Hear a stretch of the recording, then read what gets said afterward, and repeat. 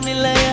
நீயே வழங்கிட மனமில்லையா வேருக்கும் மண்ணுக்கும் இடைவெளியா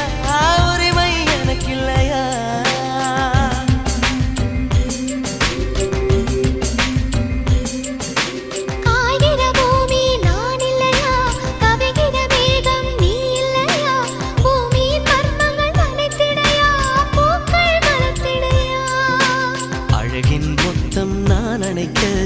ஆயிரம் கைகள் வேண்டுமடி தலைவி